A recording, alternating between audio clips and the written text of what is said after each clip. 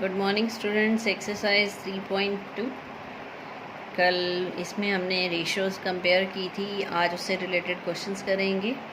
Second question है हमारे पास, on comparing the ratios A1/A2, B1/B2 and C1/C2 find out whether the lines representing equations intersect at a point, parallel और coincident. तीन चीज़ें check करनी है आपको, इंटरसेक्टिंग लाइंस हैं या नहीं, पैरेलल हैं या नहीं, कोइंसिडेंट है या नहीं।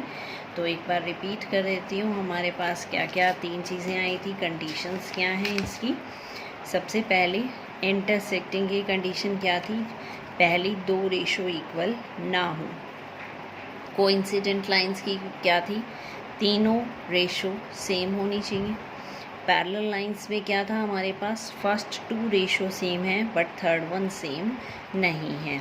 इंटरसेक्टिंग में है एग्जैक्टली वन सॉल्यूशन, कोइंसिडेंट में इनफाइनाइटली मैनी सॉल्यूशंस, और पैरेलल लाइंस में हमारे पास नो सॉल्यूशन। तो सेकंड क्वेश्चन स्टार्ट करते हैं। फर्स्ट है आपके पास 5x minus 4y plus 8, 5x minus 4y plus 8 is equal to 0 और 7x प्लस 6y माइनस 9। तो सबसे पहले स्टेप में रेशो निकालनी है A1/A2 x के कोफिशिएंट्स की रेशो, B1/B2 y के कोफिशिएंट्स की रेशो, C1/C2 में क्या आ जाएगा आपकी कांस्टेंट टर्म्स की रेशो। तो ये आ गया 5/7, माइनस 4/6 और 8/-9। तो यहाँ 5/7 और ये माइनस 4/6 को सिंपलेस्ट फॉर्म में लेना है, -2/3 हो जाएगा ये। तो these two are not equal, ये दोनों इक्वल नहीं हैं, therefore lines intersect at a point. तो लाइंस कैसी होंगी, इंटरसेक्टिंग। सेकेंड पार्ट है हमारे पास 9x plus 3y plus 12, 18x plus 6y plus 24। तो A1/A2 आया 9/18, 1/2। B1/B2 क्या आएगा 3/6, दैट इज़ ऑल्सो 1/2। C1/C2 क्या आएगा 12/24, that is also 1/2। A1/A2 equal है B1/B2 equal C1/C2। This implies given system have infinitely many solutions, lines are coincident. इसके infinite solution होंगे और लाइंस कैसी होंगी, कोइंसिडेंट होंगी। थर्ड वन है हमारे पास, सेम इसी तरह हमने रेशो निकाली, इसमें फर्स्ट टू इक्वल आ गए, थर्ड वन इक्वल नहीं है। इसका मतलब given system has no solution, lines are parallel. ये किसकी कंडीशन है, लाइंस पैरेलल हो तो उसकी कंडीशन है। नेक्स्ट है third one, on comparing these three ratios find out following pair of linear equations are consistent और इनकंसिस्टेंट। अब कंसिस्टेंट और इनकंसिस्टेंट का कैसे पता लगता है, जो हमारे पास ये तीन रेशियो हम निकालते हैं A1/A2, B1/B2 एंड C1/C2, इसी पे हमारा डिपेंड करता है कि सिस्टम कंसिस्टेंट है या नहीं। तो ये इसी टेबल के ऊपर ही दिया हुआ है। द लाइंस में intersect in a single point, single point का मतलब यूनिक सॉल्यूशन है, तो सिस्टम क्या है, कंसिस्टेंट। लाइंस पैरेलल हैं तो नो सॉल्यूशन बनेगा, तो सिस्टम क्या हो जाएगा, इनकंसिस्टेंट। लाइंस कोइंसिडेंट हैं, इनफाइनाइट सॉल्यूशन है, तो सिस्टम कैसा हो जाएगा, कंसिस्टेंट। यानी आपका कंसिस्टेंट दो केस में होगा, जब सॉल्यूशन कैसा होगा, यूनिक, और सॉल्यूशन कैसा होगा, इनफाइनाइट सॉल्यूशंस होंगे।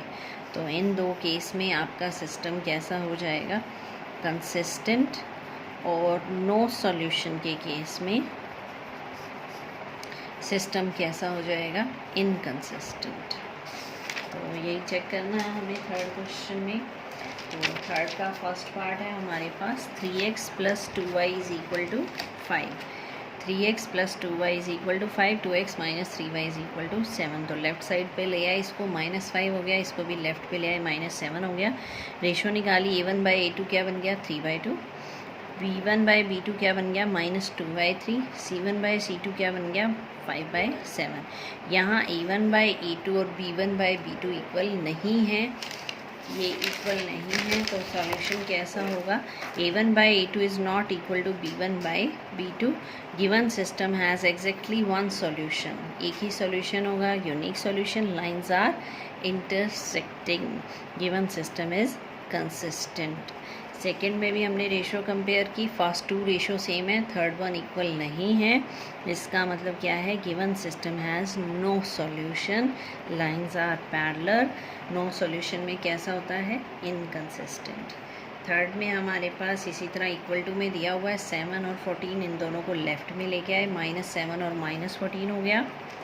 फिर सेम आपने रेशो निकालनी है, a1/a2, b1/b2 और c1/c2। तो ये आया 1/6, ये आया -1/6 और ये आया हमारे पास 1/2। तो first two are not equal, a1/a2 is not equal to b1/b2, ये दोनों इक्वल नहीं हैं। Given system has exactly one solution, यानी यूनिक सॉल्यूशन हो जाएगा।